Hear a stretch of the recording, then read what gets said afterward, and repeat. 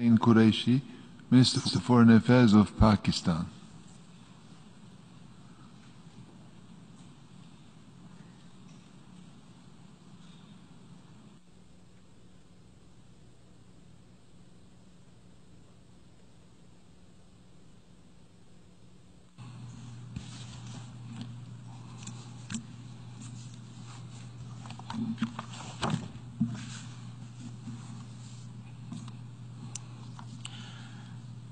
Mr. President, Secretary General, Excellencies, ladies and gentlemen, there are times in history when the decisions of nations are remembered by posterity.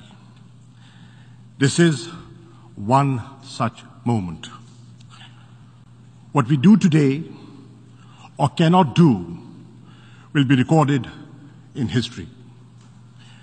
Driven by arrogance and emboldened by impunity, Israel has mounted a relentless onslaught on the occupied and beleaguered people of Palestine. As we speak, children, women, and men in Palestine are being killed with impunity. In 1 week of Israeli attacks, over 250 Palestinians have been killed and thousands injured. 1/3 are women and children. Death echoes in every home in Gaza. The Israeli airstrikes are responsible for the taking of every single life of the Abu Hattab family. 2 were women and 8 children. Let that sink in for just a moment. Hundreds of such tragedies are being enacted every hour in Gaza and other parts of the Palestinian territories. So far, over 50,000 Palestinians have fled their homes in Gaza. There is limited access to water, food, hygiene, and health services. Hospitals and access to water and sanitation services depend on electricity. Fuel for the power plants has almost run out. Gaza is plunged in darkness, literally and metaphorically. The only light is that of Israeli explosions. This is Palestine, where in full view of the world, the Israeli airstrikes bring down entire buildings to kill and terrorize innocent Palestinians and even silence the media. It is time to say enough. The voice of the Palestinian people cannot and will not be silenced. We, the representatives of the Islamic world, are here to speak with them and for them. Mr. President, it is appalling that the Security Council has been unable to exercise its primary responsibility for the maintenance of international peace and security. The Security Council has failed even to demand a cessation of hostilities. Those preventing the Council from doing so bear a heavy responsibility. In these circumstances, the General Assembly must assume its own responsibility. We must not fail the Palestinian people at this critical juncture. Mr. President, our first priority must be to halt the Israeli aggression. I hope that even at this 11th hour, the Security Council will call for a cessation of Israeli attacks. If it fails to do so, the General Assembly must make this demand on behalf of the entire international community. Let us be clear.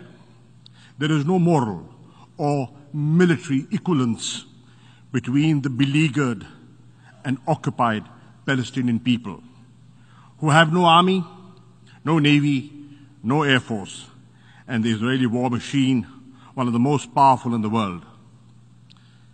This is a war between a military occupier and an occupied people. It is a conflict between illegal occupation and a legitimate struggle for self-determination.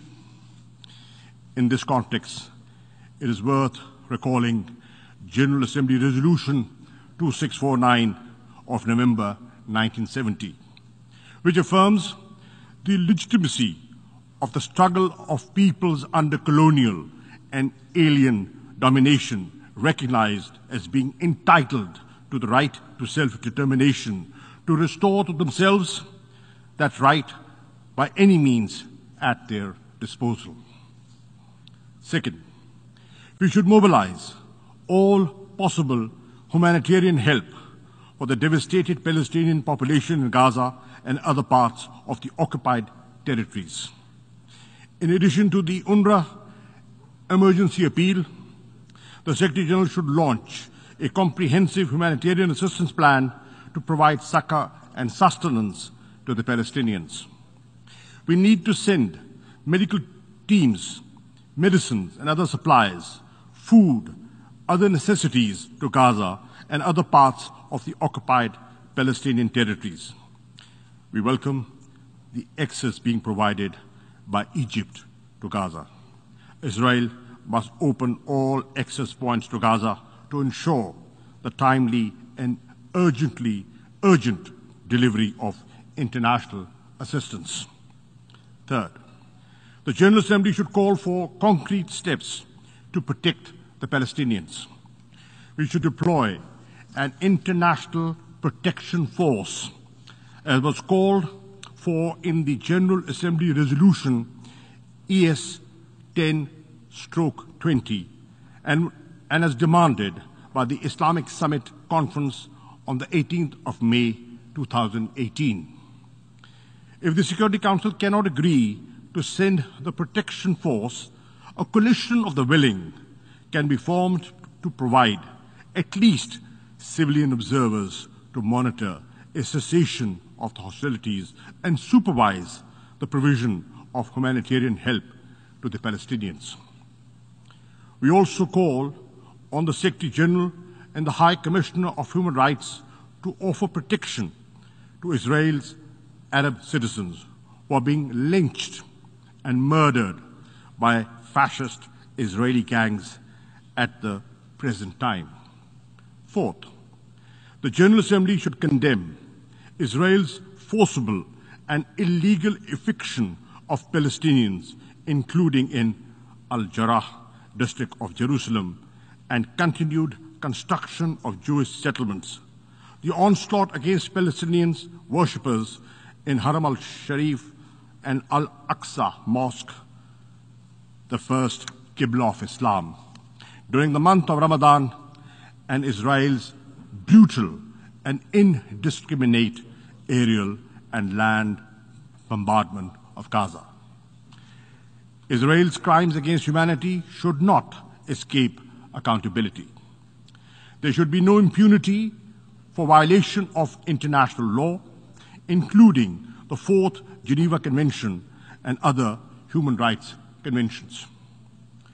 The Human Rights Council, the ICC, and the ICJ and other avenues should be activated to ensure Israeli accountability for its war crimes.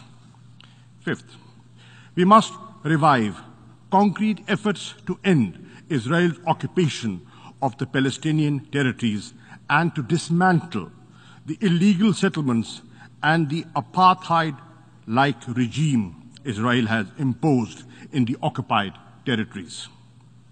The General Assembly should secure unconditional implementation of Resolution 242 of November 1967, in which the Security Council declared the inadmissibility of the acquisition of territory by war and demanded that Israel withdraw its armed forces from territories occupied in the 1967 war.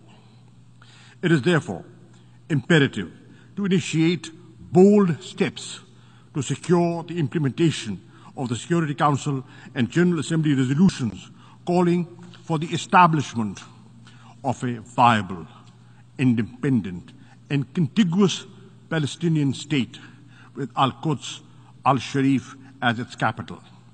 Pakistan endorses President Abbas's call for an international conference to secure a peaceful settlement.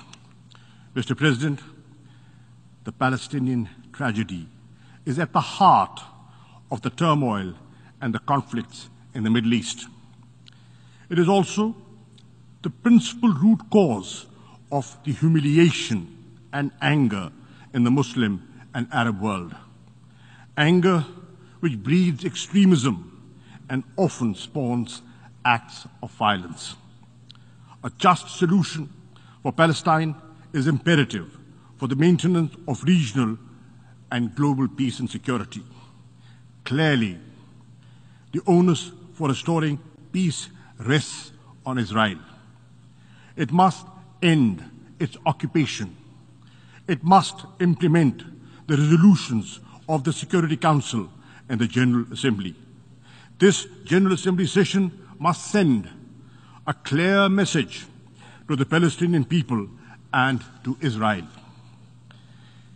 It is only through determined and decisive action that this Assembly can restore the credibility of the United Nations and demonstrate its effective role in preserving world peace and global order based on equity and justice. I end with a verse from